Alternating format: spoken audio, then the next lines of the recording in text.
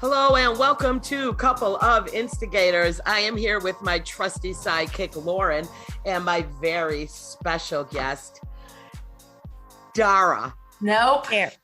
Dara. Good try. Dara Weinstein. Got the last name. There you go. Of course, I could get the last name. It's that tricky front part. Okay, the best part of this is she is famous on TikTok. And one of her, your millions of hits is about the names, right?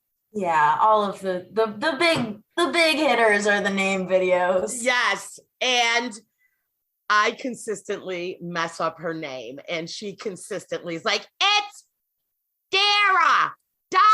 It's Dara. It's not Dara. It's not. Dara. It's Dara.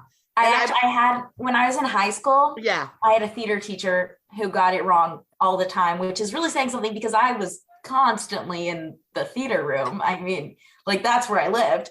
And he got it wrong so many times that eventually I just got, I got really pissed off, and I was like, it's Dara! And everyone, for the rest of my high school career, they were always like, it's Dara!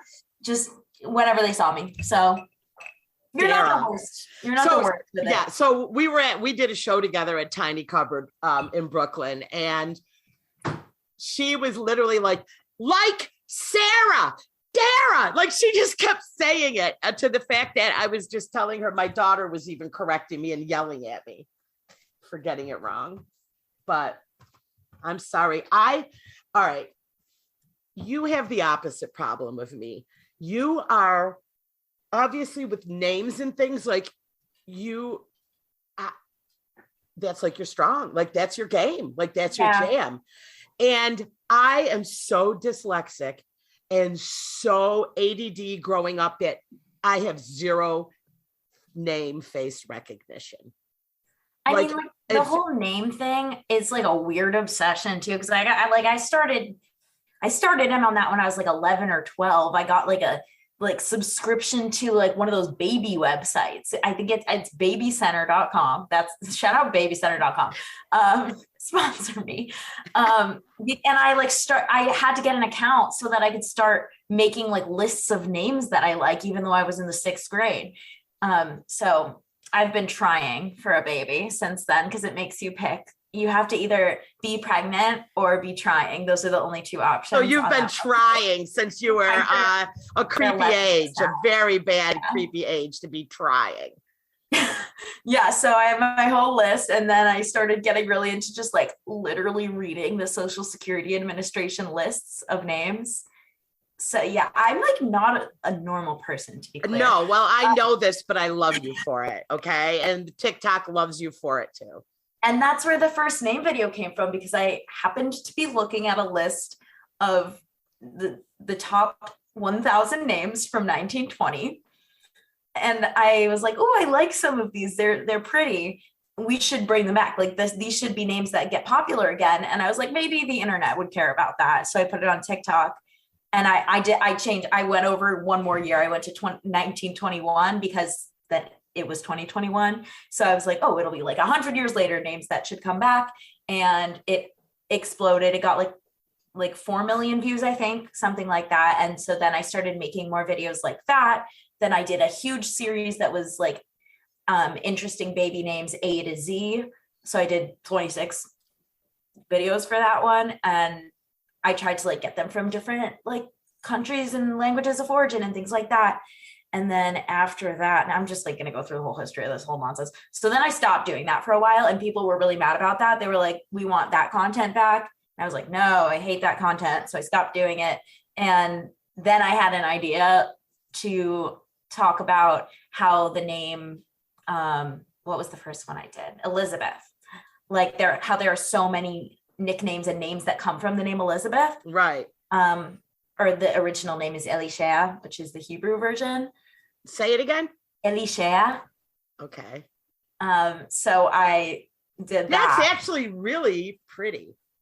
Elisha, it's on my list. I would never be able to name my child that because I can't even pronounce Elizabeth, but you did it. That's Elizabeth. Good job. I know, but I can't enough. No, I'm done. Yeah. You are so gifted at the thing I am so not gifted at. Lizzo commented on that one on the Elizabeth video. Yeah. Wow. And that was the best day of my life. Yeah. Was she Elizabeth? She's not Elizabeth. She's Melissa, but I don't know why she chose to comment it, because like I said all the Elizabeth names and she's like, and Lizzo. I was like, well, actually not, because like that's not even your name. So okay, but yay. Oh, because now that you've said that, I'm thinking like Lizzo could have been a nickname off of Elizabeth. It could have been because Lizzie. Right. Absolutely. Huh. And so then she was Melissa. Like yeah, I think she's Melissa. Now I have to look that up to be sure I'm right. Okay. I don't want to slander her. No, not on this podcast. Yeah, it's Melissa. I'm right. It is. Melissa Okay. Vivian Jefferson. All right. Very cool. All right. I've learned that too today. All right. So when was your very first TikTok? Like how long ago? May 2020. Was that the pandemic? Mm-hmm. It was okay. Beginning of the pandemic. I got sent home from school. I was away in college and we had to go online, and I went home to Florida. Right. Chicago, and bored in the house. Yeah. And I wasn't going to do it. I was like, I will not be doing TikToks. And then I was doing TikToks, and I started gaining a following pretty quickly. I had a video go, like, I thought it was viral for me. It got like 60,000 views within like the first like week or so. So I was really, really excited because obviously like that wouldn't be considered viral for me now, but now it's not, but I'm telling you, right. I mean, I had no followers, so I was so excited about that. And that sort of like propelled me to want to keep doing it. And, there's periods of really fast growth and there's periods of nothing. And I went from like 30,000 to 100,000 followers when I started making those name videos in like a week. It was crazy. Well, you also, let's quick shout out, say your TikTok now in case people are listening. TikTok is Dara Weinstein. My name. Straight up. You don't have to put no dots, just no underscore, none of that shit. Nothing. Perfect. All right. You are such a fast, smooth talker, which you know what I mean? Like it's a gift that you can just turn that on and there's no pause, no it's just you are just that's a gift. Well, at the beginning, I was doing it without edits for some reason. I have no idea why I did this, but when I do a lot of storytelling on there as well. So when I would do the stories, I did them like 50 times so that I could get it like perfectly all in one take. Yeah. And then I realized, why am I doing this when I can stop and start and nobody cares? So now I do it that way. Like I know, but it's like, you make it look so effortless. You really, I mean, whether you're, editing or whatever you're doing, but I'm telling you, when I'm having a bad day, I watch that video of you singing that song as those two characters in the mirror. Oh my God. That makes me so happy. That was fun. That I saw somebody else do that. And that's the thing about TikTok, is that it's like the trends or even like all the inspiration like comes from other people. So it's like a really great platform of creators.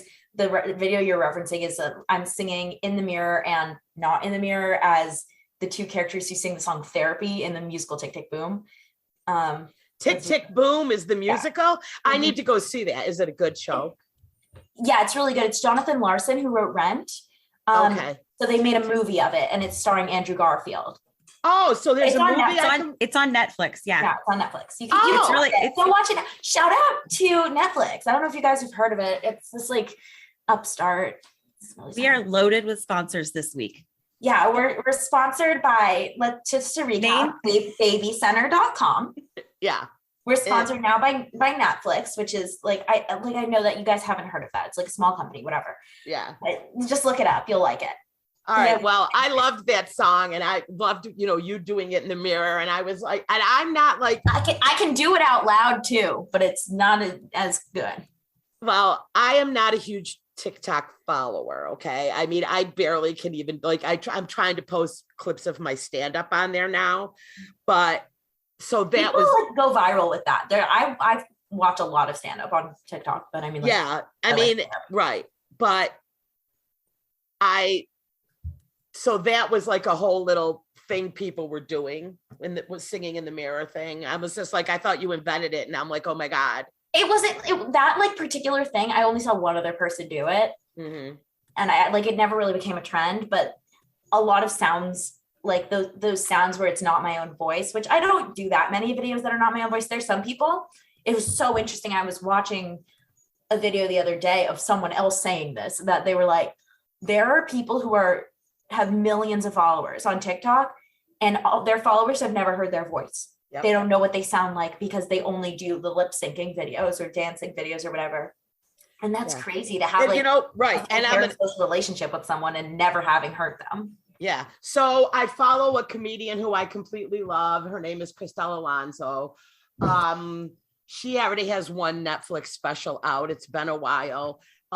She got COVID like 2 days before she was supposed to film her second special, like last month. So I haven't really followed her enough to see if she ended up filming it or not. But at any rate, she had people have like taken, her stand-up where she posts like her little stand-up, and they've used the sound of it and then she went viral with them using her material. And but no one, you don't get paid for people using your sounds. And that's what really sucks, because people have like these sounds go completely viral and you don't make any money from that, even if you're in like the creator fund and things like that.